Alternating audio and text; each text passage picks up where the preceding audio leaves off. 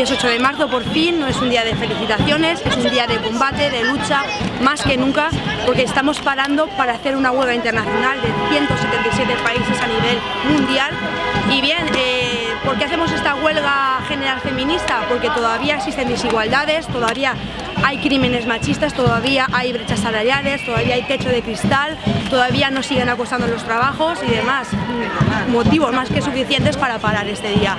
Ahora estamos en Puerto de Sagunto haciendo un piquete informativo hasta las 12 de la mañana más o menos. Luego haremos un pequeño almuerzo y a las 2 comeremos. Y luego todas secundaremos la manifestación que hay en Valencia. Creo que va a ser un día que se va a señalar en la historia, como pasó en 1975, cuando Islandia paró, feministamente hablando, si me permitís el término. Y bien, si es que si nosotras paramos, realmente se para el mundo. Lucha. Soc Sandra, soc actriu i estic ací, entre altres coses, per a reivindicar el paper de la dona al món de l'art, no? Canviar tots els estereotips que hi ha sobre les dones, demanar una igualtat amb el sou i amb tot el que envolta i que totes les dones puguen optar a llocs interessants en el món de l'art, no? I que se'ls reconega tal qual. No per estereotips de ser més grosses, més baixes, més lletges, més, sabeu, que hi ha molts grans professionals amb uns físics no tan espectaculars i que demostren dia a dia la seva valia. Així que la meva reivindicació avui va per al món de l'art.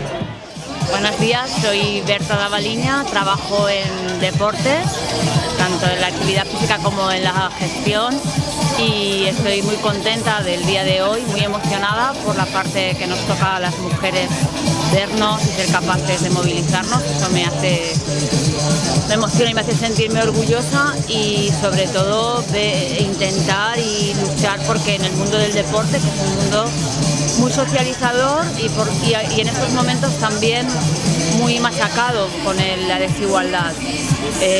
Cada vez son más mujeres deportistas las que llegan a logros increíbles, lo más destacado, las últimas Olimpiadas, y sin embargo no ocupan espacio ni en los medios de comunicación y además no reciben las retribuciones económicas que reciben nuestros compañeros hombres.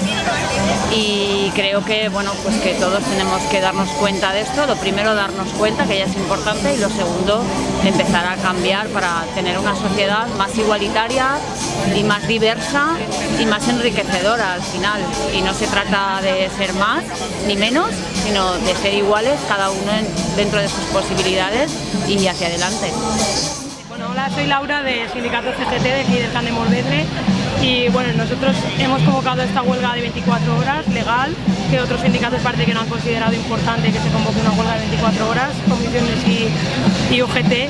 Y bueno, el motivo, creo que motivos hay de sobra, desde la brecha salarial, violencia machista, que están matando mujeres casi cada día en este país, y que hacemos el doble de trabajo cobrando mucho menos que los hombres, incluyendo trabajo de cuidados y el trabajo fuera de casa. Y aquí desde la CGT lo que hemos estado intentando hacer durante el último mes es sacar una asamblea feminista autónoma que trabajara por la huelga y concienciar aquí dentro de la comarca a las mujeres de por qué era importante esta huelga, y la verdad que ha ido bastante bien. Conseguimos una primera asamblea que vino mucha gente de distintas ideologías, de otros partidos, sindicatos, gente del movimiento feminista autónomas, y las acciones que hemos ido haciendo la verdad han sido muy bien recibidas en los mercados de la comarca, en los colegios, los institutos y los centros médicos. Y la verdad que el balance que hacemos ya hoy a estas horas de la mañana es que la huelga es un éxito ya solo por todo lo previo que se ha hecho hasta el día de hoy, que se esté hablando en todos los medios de por qué las mujeres hoy reivindicamos 24 horas de paro, porque ya si nosotras paramos el mundo entero se para. Y la huelga es internacional, es un elemento muy importante, histórico, que España se una a una huelga internacional de mujeres, que es la primera vez que se hace aquí, que ya se ha hecho en otros países.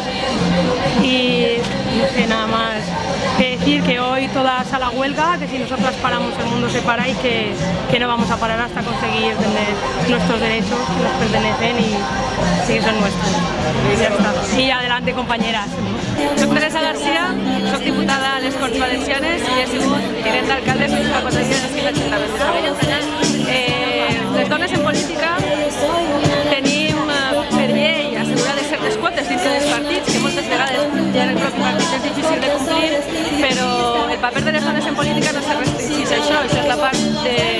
de representació pública.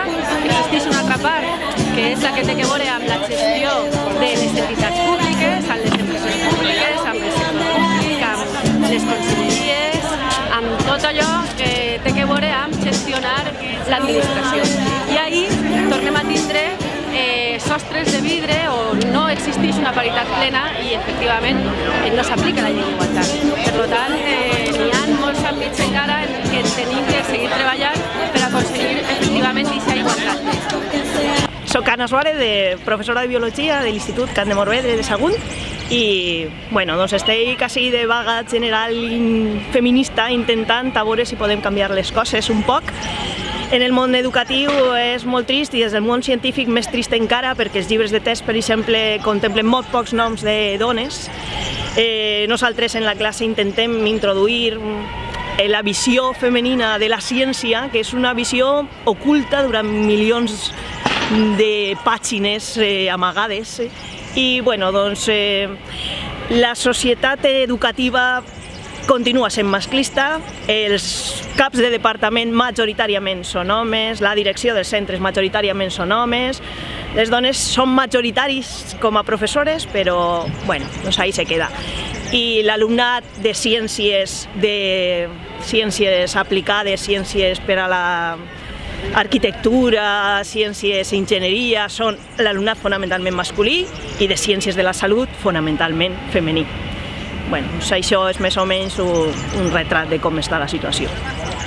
Jo tinc molta il·lusió, i il·lusió perquè n'hi ha molta gent jove a l'institut, moltes xiques joves de l'institut que s'han posat a posar cartells, que han convocat assemblees dins de l'institut. Això me sembla un punt d'inflexió que igual, no sé, jo no soc molt de tindre esperança en aquesta il·lusió, però bueno, que canvia un poquet, perfecte. Soc Laura, treballo així al costat, soc la tècnica de l'àrea d'igualtat i avui crec que és un dia històric per a les dones perquè per primera vegada a Espanya se suma una mobilització internacional, és una vaga internacional. Estem molt contentes per la repercussió que està tenint, que estem ahí escoltant de la ràdio, en la tele, dones de diferents àmbits que estan eixint al carrer, que estem dient prou, que estem supercansades de que contínuament ens estiguen maltractant, assassinant, continuem comprant menys diners que els homes per fer la mateixa feina i crec que ha hagut ahir l'altre dia ho comentàvem amb unes companyes que estem tenint recolzaments sobretot de les nostres companyes, però crec que ahir els homes ens esteu fallant. Els sindicats estan fallant, els partits polítics estan fallant i crec que és una cosa que s'ha d'informar. Estem parlant ara que n'hi ha molts centres de treball que les dones no sabien que podien fer vaga de 24 hores perquè determinats sindicats estan negant aquesta vaga, una vaga que damunt no ha sigut convocada per ells, ha sigut convocada pel moviment feminista, organitzada pel moviment feminista.